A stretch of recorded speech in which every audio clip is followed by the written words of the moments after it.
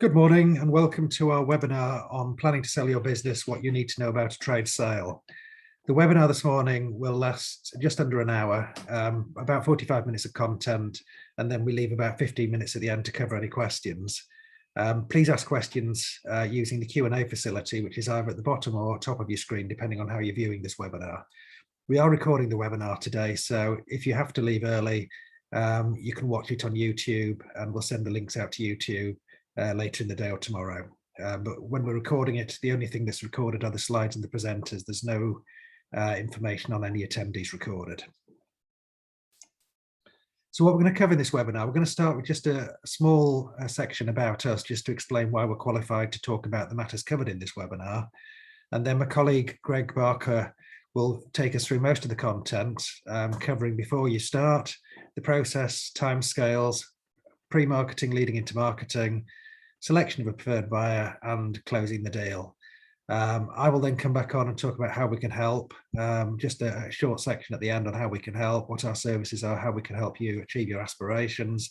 And as I've just said, we'll then do questions at the end. So please, at any time throughout the webinar, use the Q&A facility. Your questions are confidential. Only the presenters will see your questions, and we'll pick up on those questions at the end of the webinar. So just a bit about us. We are all professionally qualified accountants who left the mainstream accountancy profession many, many years ago and have been working full-time in transaction advice. We've been going, we're in our 22nd year, strategic corporate finance. As a team, we've worked together well over 10 years. So we work very well together. We know, we're used to working as a team. We're not training anybody on the job. We're all very experienced deal makers, and we work together on all deals. We believe in giving quite a lot of early stage advice to make sure clients embark on something that is feasible, something that can be achieved. The early stage advice often involves evaluation, and often involves a feasibility review, whether that's a trade sale feasibility review, looking at what deals have happened recently in the sector. And when we're looking at deal activity, we tend to look worldwide, not just in the UK, but what deals have happened in the sector, clearly concentrating on the UK and Western Europe, but looking further afield because we often find North American purchases are active. We often do MBO feasibility reviews where a management buyout is an alternative option or the preferred option. And we can do a full exit option review, which compares and contrasts the trade sale with a management buyout. Explaining what we would expect both to realise in terms of value, how each will vary in terms of upfront cash and amount on deferred, and the opportunities, but the opportunities and compare and contrast the trade sale with management buyout, which is really a subject in itself, which is why we do a separate webinar on comparing and contrasting trade sales and management buyouts and explaining why one might be better in your circumstances than the other. In terms of our main service is lead deal advisory. So once the client has decided on which route they want to go down, they're realistic on their expectations, they know that what can be delivered, what can be achieved, we're into lead deal advisory services. And a large part of that is finding buyers, doing research, looking worldwide to find buyers. And if you're an acquisitive client, it's using the same research tools to identify potential targets that meet your acquisition criteria. And as part of lead deal advisory, structuring MBOs if it's an MBO, or trade sales, fundraising where appropriate if we're on the buy side, negotiating deals and getting them over the line. And Greg will go into a lot more detail in a few minutes' time.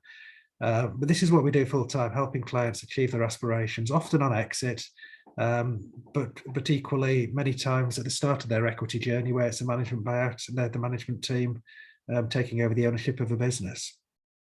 There's three of us as shown on the slides, all professionally qualified, all worked together for many years, work well together, and enjoy doing what we do. It's really satisfying to help clients who have often worked in the business for 20, 30 years, achieving their exits and achieving their aspirations. This slide shows we've completed well over 100 deals. So, over 20 years, it's not a huge number each year. We put hundreds of hours of time into most deals we work on. It's really important to get the deal right. Because I say clients have often owned a business, worked in a business for 20 to 30 years. and help them get the right outcome for themselves, for the business, and the employees going forwards.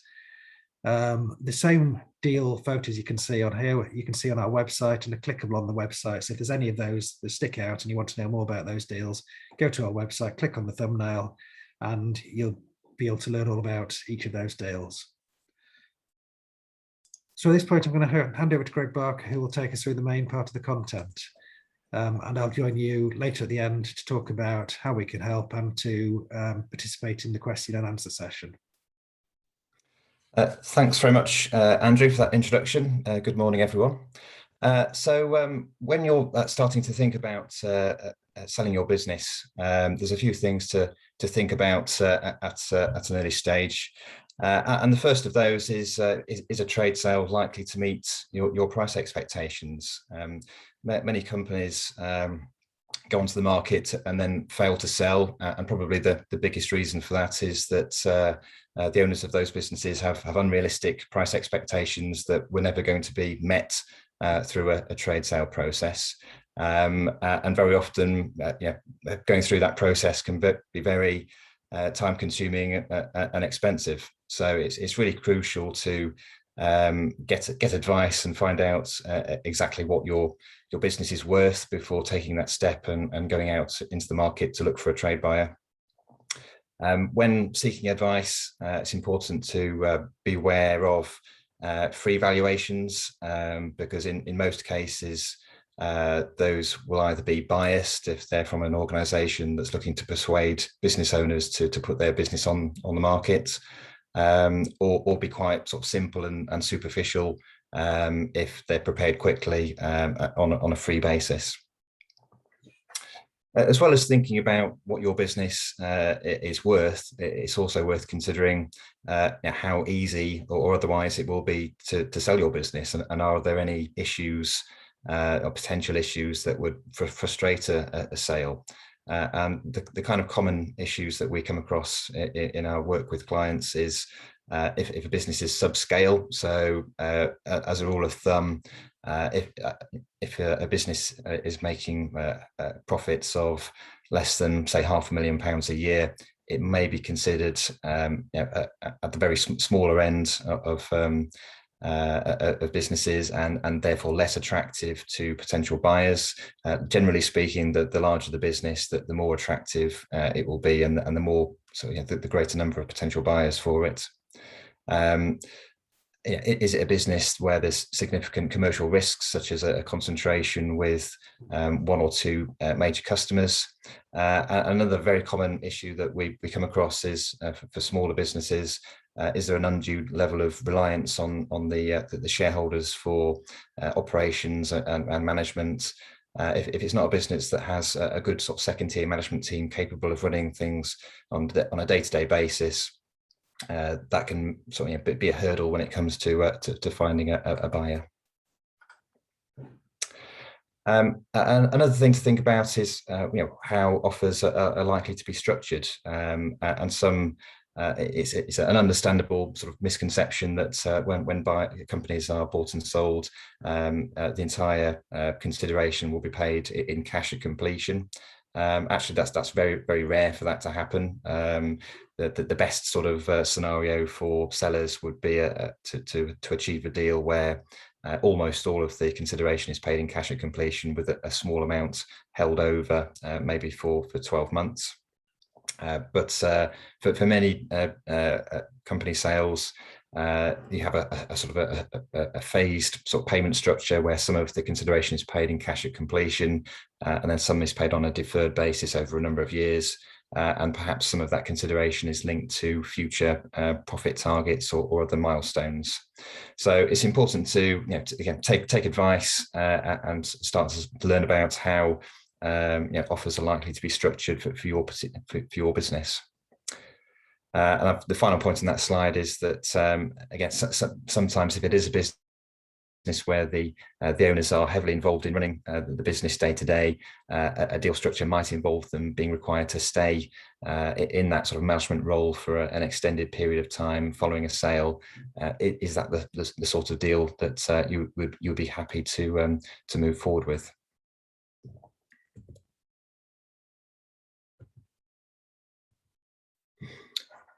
Just trying to move my slide forward. I've moved it too far. There we go. A few other things to think about before you make a decision to seek a sale, and that is, is a trade sale the best option for you? Very often a management buyout can achieve a better outcome compared to a trade sale. And as Andrew's mentioned, part of the work we do is advising clients on the advantages and disadvantages of trade sales compared to management buyouts. And there's other exit option routes as well.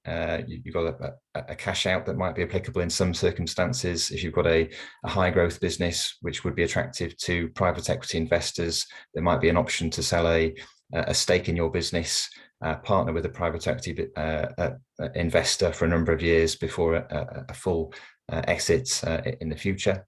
Or it could be looking at things like employee buyouts. If the conclusion from those investigations is that the valuation isn't sufficient to seek a sale now, it might be better to develop the business for another few years and then seek a sale in the future. And what are the sort of things that business owners ought to be doing to grow the value of their business and make it easier to sell in the future? Growing profits is key. A business's value is directly linked to its profitability, and therefore focus should be paid to growing the profitability of the business. But that's not the only thing. Looking to strengthen the management team is also important. As I've talked about, a significant hurdle to selling a business is undue reliance on the owners for management, and therefore the ideal situation is to develop your management team in your business so the business can run independently of its owners. But that said, in the SME market, it is rare that you've got that sort of perfect business where the vendors aren't involved at all in running the business, and buyers will understand that, and they will expect to take over things like strategic leadership and finance and accounts. But certainly day-to-day operations is something that needs to be handled by the management within a business. I've noted on this slide that improving management information is a step that some businesses would find very helpful in leading up to a sale. Very often management information, management accounts, in smaller businesses, it is fairly sort of rudimentary because it's not too important for the owners of the business. If they understand exactly what's going on, they know how much money is in the bank accounts, they don't need a great deal of management information to work on. That changes when it comes to selling a business, because you'll need to give regular, timely information to potential purchasers, showing exactly how profitable the business is, what its balance sheet looks like. And if there's any sort of delays or difficulty getting that information, then it can make the sale process much more difficult and more difficult to establish what's the value of the business is. So spending time improving management accounts might be appropriate. And another thing to think about is minimizing working capital. So although the business's value is usually driven by its profitability, there will be adjustments made to reflect the strength of the balance sheet and any surplus assets and surplus cash on the balance sheet. And therefore, if it's a business that has a lot of stock, maybe, and some of that stock can be liquidated and turned into cash, and the business could run more efficiently with less stock, then that's something that's worth doing pre-sale rather than leaving that benefit for a new owner.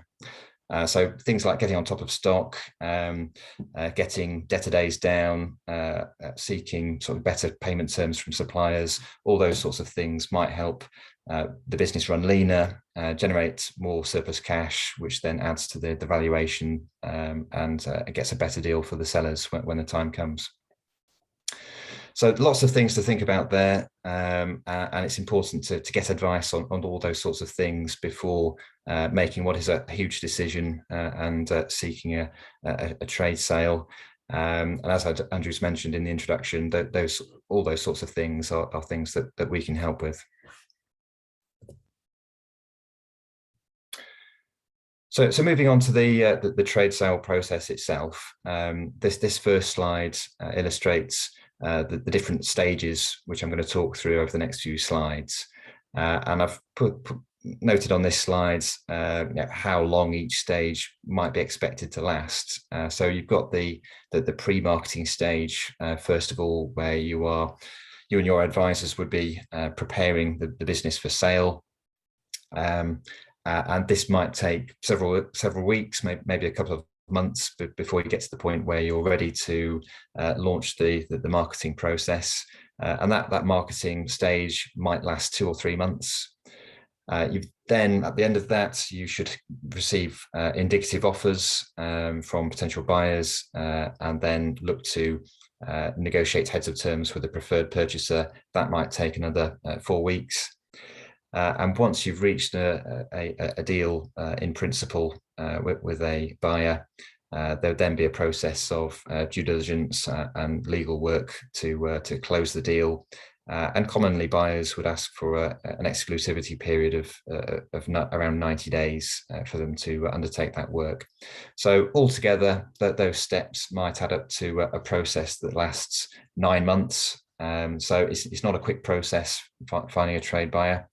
But it does vary significantly from deal to deal. So the last company I sold was a manned guarding business, and we were able to achieve a sale in what was probably 4 months end to end, and most of the sort of time saving there was at the closing stage, where the purchaser did very little due diligence, and handled their own legal work, and was able to close the deal inside 30 days rather than the usual 90.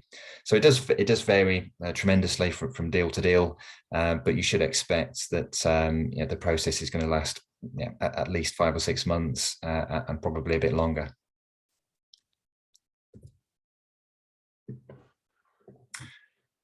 So moving on to the pre-marketing stage, there's 2 sort of main strands of work that are needed at this stage. The first of which is preparing an information memorandum, which is a document setting out the opportunity for potential buyers. And this is a really key document, because it is the first impression that the potential buyer will get. It will give them the information they need to produce their own valuation and produce their own sort of offer. So it's important that it captures the strengths and opportunities of the business. So I've bullet pointed on this slide the kind of things that the information memorandum should cover.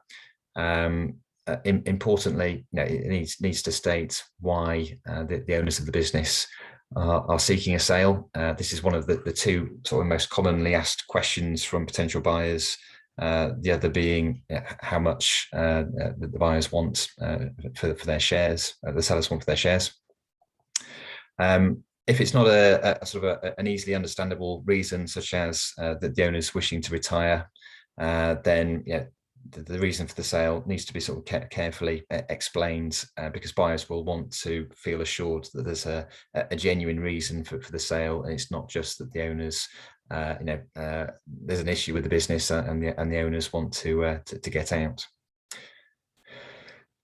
Fairly obviously, the information memorandum needs to explain exactly what the business does, what its key products and services are. And sometimes that's not clear from looking at a business's website. So care needs to be taken to explain in sort of layman's terms exactly what the business does, what its niche is. It ought to explain who the customer base is. whether those customers are repeat customers that come back time and time again, or whether they're contracted customers. And if they are repeat customers or contracted customers, that will add more assurance for a buyer. Explain who the management are in the business, and if the management are the owners of the business, explain why that's why that potential issue can be bridged in some way, maybe explaining that the owners would be willing to continue working in the business for an extended period of time before the new owners can put their own management team in place. The IM would explain what fixed assets the business has that allow it to provide its services. So if it's a company that owns its own property, details of that. If it's a manufacturer, details of the key bits of plant that the business uses. Also information about external factors, so the market the business operates in, whether it's a growth market, what the business's market share is, what opportunities exist for the business, and this should be a question to ask yourself is, what sort of things would you be doing to develop your business if you weren't looking to sell it? If you were 10 years younger and you had the resources to grow the business, where would you invest your money? What things would you do to develop the business? And also importantly, the IM needs to give sufficient financial information about the business to allow buyers to value it. So it's not really enough just to kind of append the company's most recent annual accounts. There's a need to sort of carefully sort of lay out the business's current run rate, management information, possibly present some forecast numbers as well. Also look at what cost savings a potential buyer could make, and they, as a minimum, might involve the vendor costs, but also possibly cost savings that a trade buyer could generate through combining the business into their own group.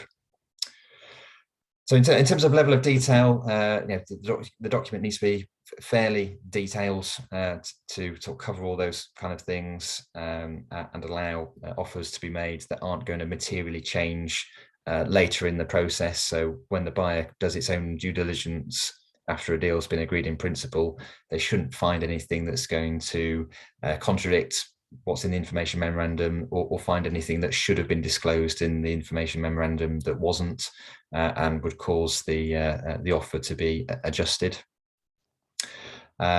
Sensitive details can be left out though, so customer names, for example, if that's commercially sensitive information, those can be anonymized. Names of staff, anything that might be commercially sensitive that would be better to talk to potential buyers and let them have at a later point in the sale process, should all be left out of the information memorandum. It's unavoidable that some of the potential buyers that read this document might not be genuinely interested in buying the business and could just be being nosy. So that needs to be borne in mind. And obviously the details need to be accurate and not found to be misleading later in the day. But the second part of the pre-marketing stage is buyer research, and this is a crucial sort of part of the work that we do. That is profiling what the ideal strategic buyer looks like. It could be direct competitors, it could be indirect competitors. Maybe it's a business doing a similar thing but in a different part of the country, and that way the buyer could expand their geographic reach, and there'd be that sort of strategic rationale for them to want to buy your business. It could be a company operating in the same market, selling to the same customers, but with a slightly different product or service. And those sorts of strategic buyers, ideally, they would have a track record of acquisitions, so that you can be confident that they are ambitious, are looking to grow by acquisition. They've done it before. They know what they're doing, and they've got the resources to fund acquisitions. So that research work, it takes a great deal of time and professional judgment to do. We might research 100 companies as part of that work, which would be too many to contact as part of a sale process. So our aim would be to narrow that down to a short list of high quality, sort of pre-vetted potential buyers. That shortlist might be very, very short. It might be as few as 10 companies perhaps, but normally it's more sort of 20 or 30 companies. And the object of doing that is to have be able to focus our time and our clients' time on quality potential buyers that we can be confident that they will be able to put good offers on the table and be able to deliver on those offers. We use several research tools as part of this work, the main one being a database that we pay for from Experian, which captures deal activity worldwide, and we can use that database to search for companies that have made acquisitions of similar businesses in the recent past, and that way we can quickly hone in on those sort of serious trade buyers. We can also make use of companies' house data, so we can search for companies that might not have that track record of making acquisitions, but otherwise would be good quality potential buyers. And also, of course, Google research, making use of industry journals and publications if they're available for a client's business. And also utilizing our own market knowledge, it's often we do have a pool of potential buyers that we're aware of from our work over the years, and quite often we can add names to a buyer list where we just have good relationships with those buyers in the past. So moving on to the marketing stage itself, there's two sort of approaches to this. One is the research-based approach. So this is taking the shortlist of vetted quality buyers and then focusing our efforts on contacting those companies. As mentioned, that requires a lot of legwork at the outset to do the research and come up with that list. So there is a cost attached to doing that. But the big benefits are that it's more likely to lead to a confidential process. You're limiting the number of third parties that you're contacting as part of the process, and therefore the risk of rumours spreading in the market is much less. We can identify potential buyers nationally and internationally. And this sort of approach is more appropriate for larger businesses, where the number of potential buyers is smaller. The alternative approach is what we term as sort of an advertising-based approach, which is more akin to an estate agent kind of approach, where you're marketing something for sale widely. And this can be more appropriate for smaller businesses, where there's a large number of potential buyers out there. The sort of downside with that approach is that there's more risk of confidentiality issues, because you are sort of putting your company for sale on websites and mailing lists, and therefore it could end up in front of anybody, and it's possible that it might end up in front of somebody who can easily guess who the company is and start rumours that way. And also the quality of potential buyers through that approach is a bit more variable. So you might get some good quality potential buyers as a result of advertising a business for sale, but at the same time, you might get a few tire kickers as well. Where we can, for our clients, if it's appropriate, we'll just focus on the research-based approach. And for the last 3 companies we've sold, we have found buyers purely through our research efforts and not had to go down the advertising-based approach. But for some clients, it's appropriate to take a blended approach and do some research, have a shortlist, but at the same time advertise the business for sale through websites and mailing lists at their own contacts.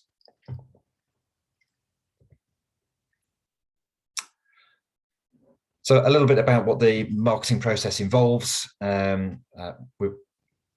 If it's a research-based approach, we will be contacting the key decision makers at those shortlisted buyers at the outset of the process.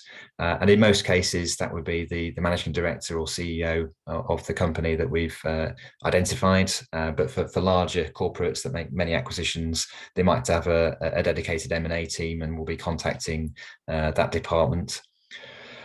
If we're also undertaking an advertising approach at the same time, we'll be placing a sort of confidential details of the business for sale on business for sale websites, and also contacting our list of contacts in the deal making community to find buyers that way. Buyers who express an interest after seeing those sort of blind anonymous details that we put out will request for sight of the information memorandum. Before they receive that, we will require them to sign a non-disclosure agreement. And it's, whilst the non-disclosure agreement is technically legally binding, in reality it's very, very difficult to enforce that, so you need to be careful and be careful about who you do sort of accept NDAs from and who you provide the information memorandum to. Once potential buyers have reviewed the information memorandum, they might come back and ask a few more questions, and if they are genuinely interested, they will almost always ask for a meeting with the vendors. And that's where the process really starts to come to life and gets interesting for our clients. It's at this point where you can sit around a table with people who are interested in buying your business, talk more in detail about it, and hopefully strike up a rapport with one or more potential buyers and really sort of get the ball rolling. As part of this formal sale process, one of the benefits is that it introduces competitive tension. So the buyers know if they've been contacted by us, we will also have contacted several other potential buyers, and they are in a competitive process, and they will need to put forward good offers to get the deal. And the object of this process is to generate multiple indicative offers, and from that point, the next stage is then to select a preferred purchaser. There's a number of things to think about when comparing indicative offers that have been received. Fairly obviously, what are they offering to pay? What consideration is on the table? But that's usually the first thing that business owners think about. But when it actually gets to this point, very often that's not the most important thing. Sometimes the implications for the stakeholders ends up being the most important factor when it comes to deciding which offer to take. If the new owner has plans to keep the business where it is, but invest in it and grow it and look after its staff and customers, sometimes that's more attractive to our clients than a competing bidder that might be able to pay a higher consideration, but would be looking to make significant changes, absorb the company into its own group, and potentially do things that would upset the company's customers or staff. The structure of offers is probably as important as the consideration as well. So ideally, sellers want to receive as much of the consideration in cash at completion as possible, and an offer that does that, but the overall consideration is slightly lower than a competing offer where it's a phased payment structure over several years. That might be the deciding factor. There could be conditions attached to the offer, which might be important, such as further approvals needed at a higher level, or certain performance targets that need to be met. And another thing to think about is how deliverable the offer is.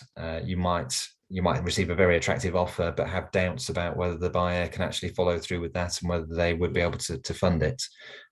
So the buyer itself and what they're saying, and whether they can assure you about their process, and if they're saying that they've got the funds in place, they've got lawyers in place, they've done deals before, this is their process, then that gives you much more assurance that the deal is deliverable, and that might be a deciding factor on why to accept their offer.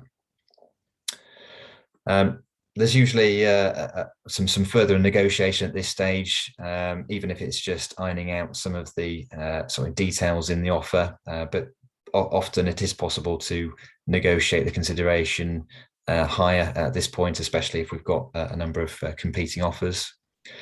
And once you've selected a preferred buyer, the objective would be to turn that indicative offer into what we call heads of terms. So this would be a short document setting out the key details of the deal, the price, when it's going to be paid, what the conditions are.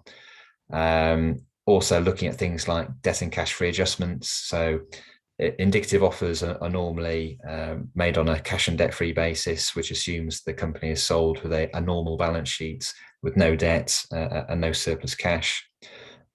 So at this stage, when you reach heads of terms, it's important to think about that carefully. What will those adjustments actually look like? What does a normal balance sheet look like?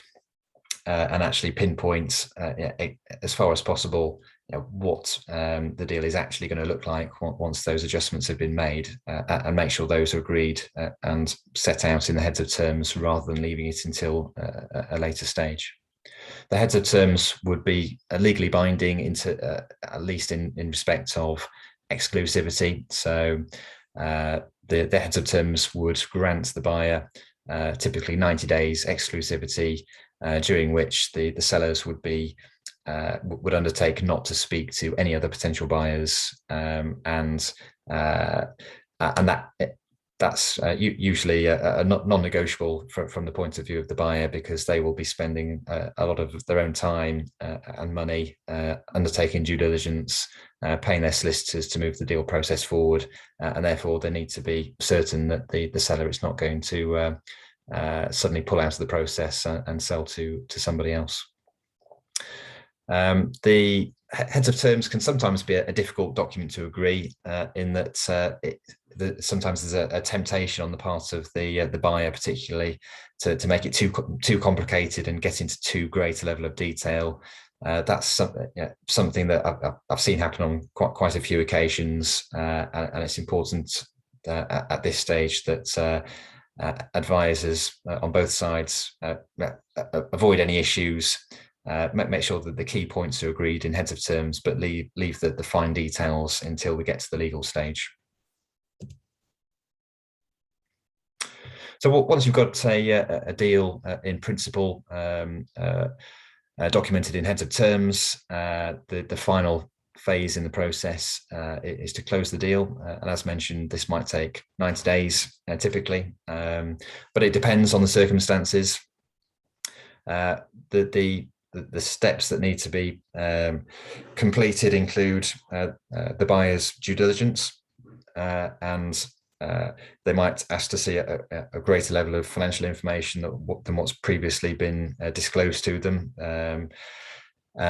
and sort of look at the finances of the company in detail. They might also conduct their own commercial due diligence, and may want to speak to key customers as part of their work. And this can be a sensitive thing to manage.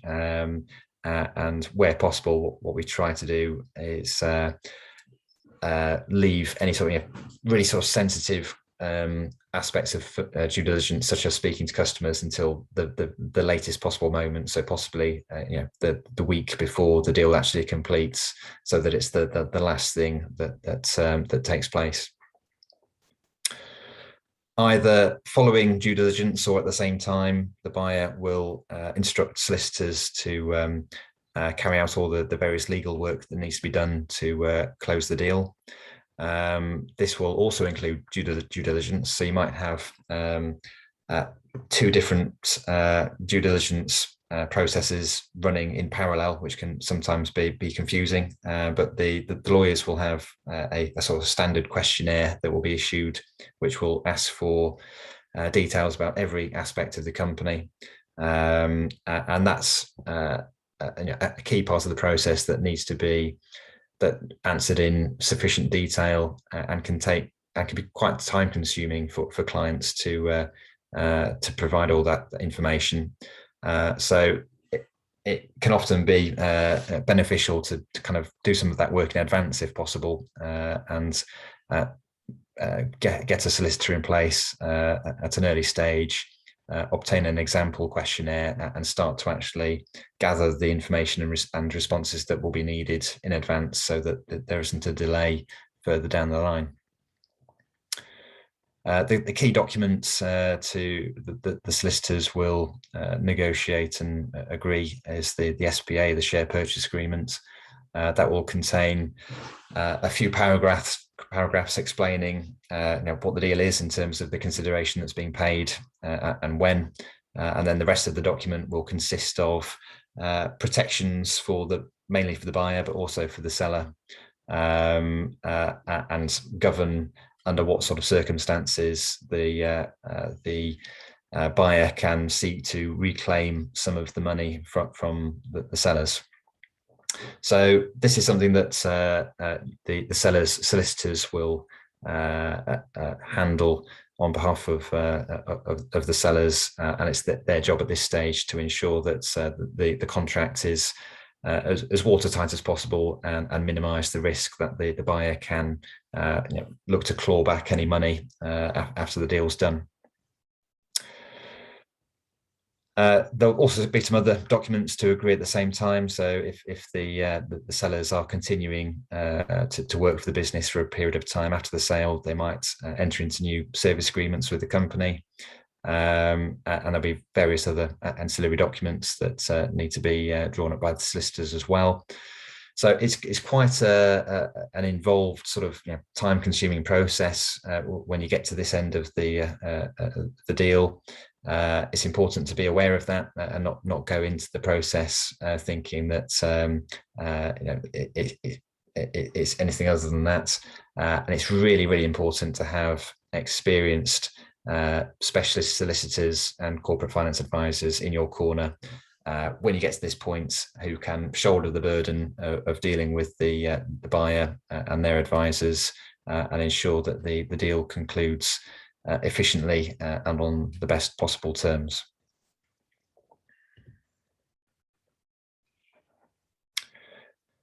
I'll just hand over to Andrew at this stage, who will talk through how we can help, and then we'll move on to some Q&A.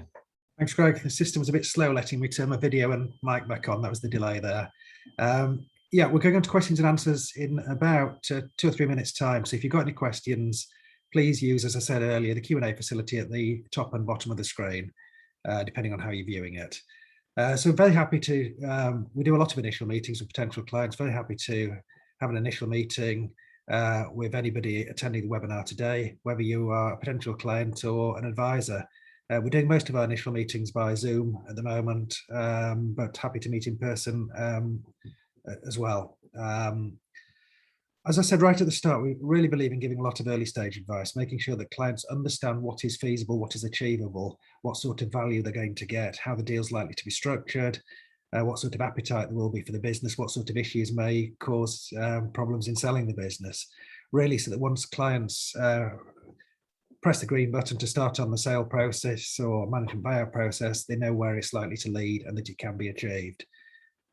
So I think we're different to quite a lot of advisors. A lot of advisors are happy to be signed up on a sale process and then deal with issues as they face them, and often deal with the issue of finding that the client's expectations on value is very different to what can be achieved at a later stage once they've received fees for many months. We believe in giving the early stage advice first, giving the client the opportunity, if the value isn't where it needs to be for them, to work on the business, improve the profitability, improve factors affecting the multiple, so they get a higher value, so that once they actually embark on the sale process, they're fairly confident as to where it's going to lead and what they're going to achieve. So the early stage advice often involves valuations, often involves trade sale feasibility reviews, looking at deal activities in the sector, tracking down press releases from that deal activity to get a flavour of why purchasers are buying in the sector, what they see as attractive, what's the motivators for the acquisition activity. And often comparing to the MBO option where that is a viable option. And an MBO opportunity often is a viable option when vendors think it isn't. The management team do not put up much of the money that's needed for the deal value.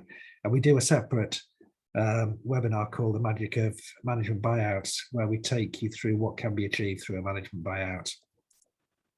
So once we've done the early stage advice and we've given advice to the client, and they can be fairly confident as to what can be achieved and which is the right approach for them, our main service is then lead deal advisory service, leading the sale process from the start to the finish, covering all the things that Greg's talked about today.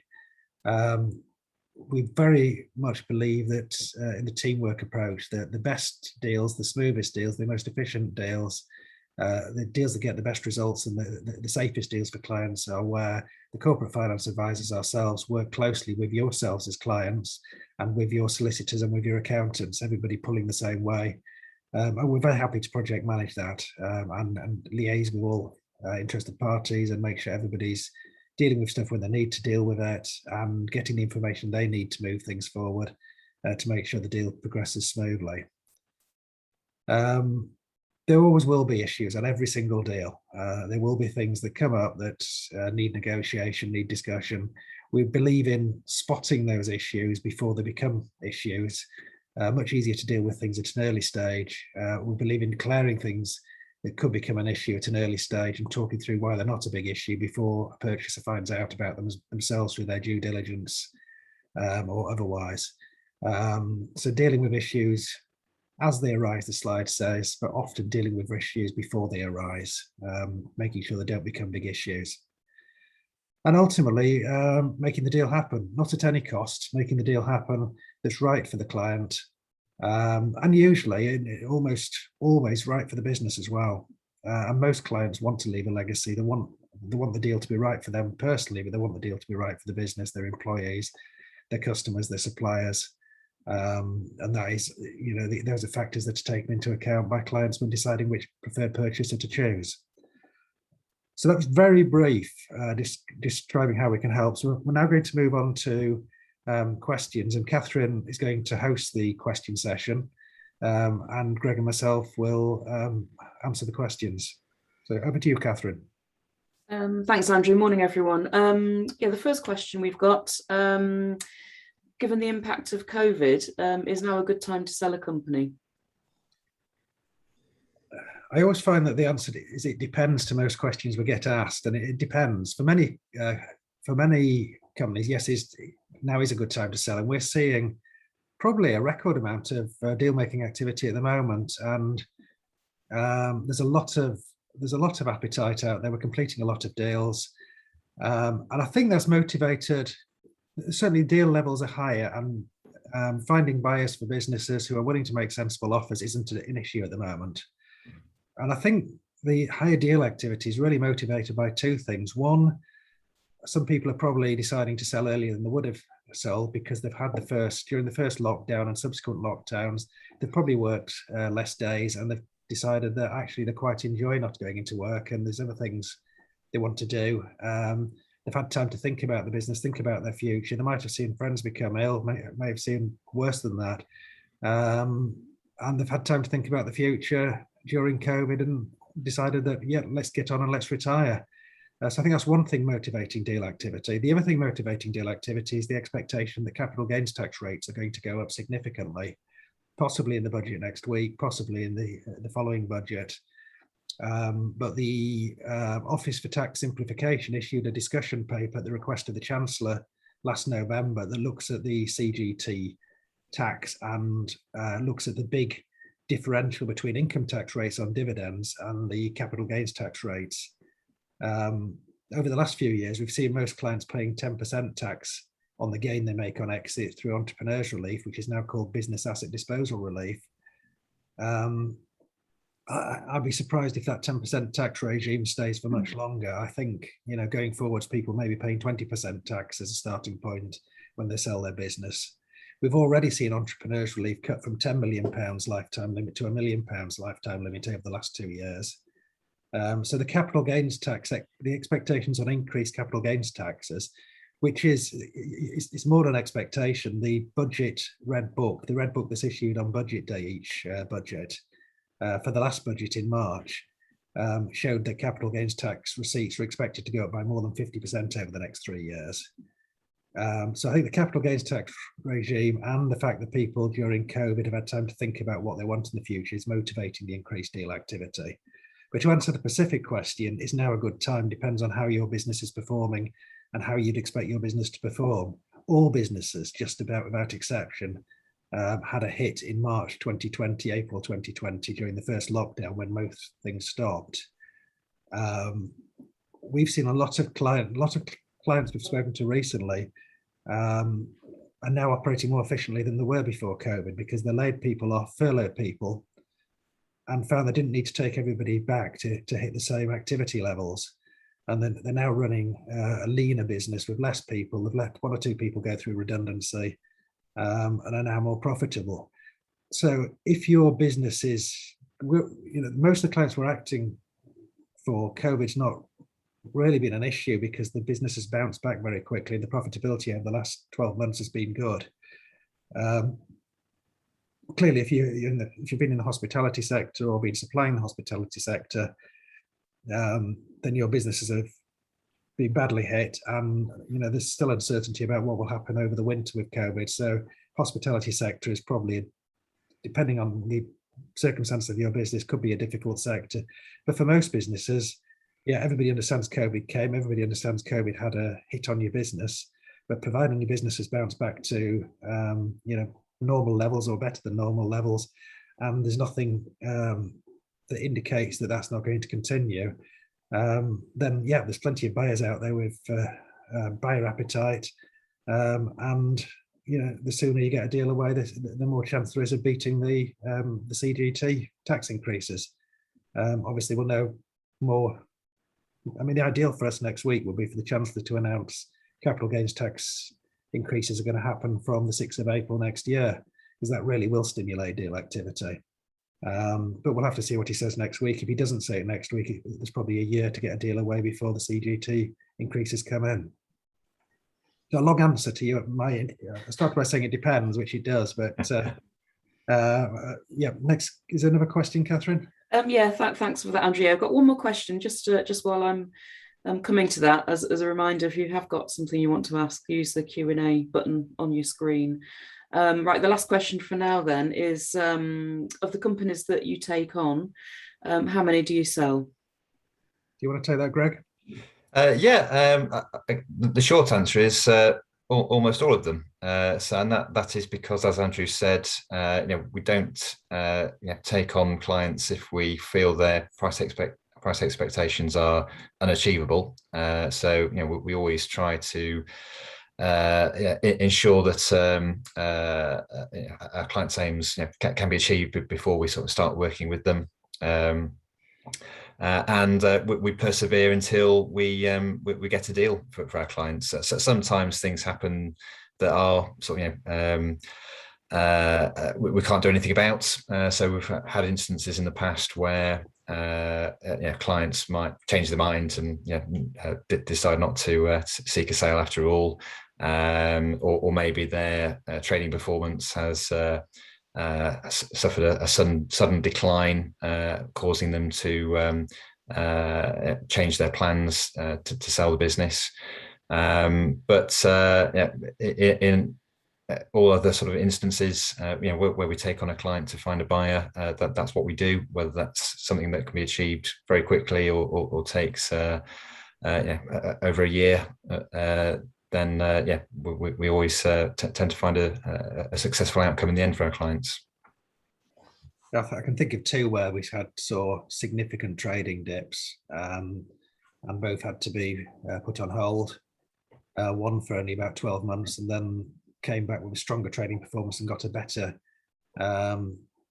outcome, higher value than we anticipated at the start of the process. And the other one was several years before the trading performance was stable enough to sell, but again came back to us, didn't charge any additional fees, stuck to the same fee arrangement, and completed the deal. So we do, as Greg says, the early stage advice allows clients to understand what can be achieved, and we take on those. We seldom turn clients away because their valuations are unreasonable. We talk through them, we explain why the valuation is where it is, and then take it on. And it takes as long as it takes. Some are very quick and some take longer, but we complete a sale on nearly everything we take on, almost without exception. Has any more questions been asked, Catherine? No, that's all for now, Andrew. Thanks, everybody. Well, thank you very much for listening. We'd welcome the opportunity to talk to any of you by Zoom meeting or Teams meeting or whatever over the next few days. Catherine will email the slides out either today or tomorrow. The webinar will be uploaded to YouTube and will be available if you've missed part of it or you've got colleagues who would like to watch it. We've got further webinars coming up over the next few weeks on management buyouts, on valuations, and on comparing a trade sale with a management buyout. So thank you for listening, and at this stage we'll finish the webinar and look forward to getting an opportunity to speak to you soon. Thank you very much.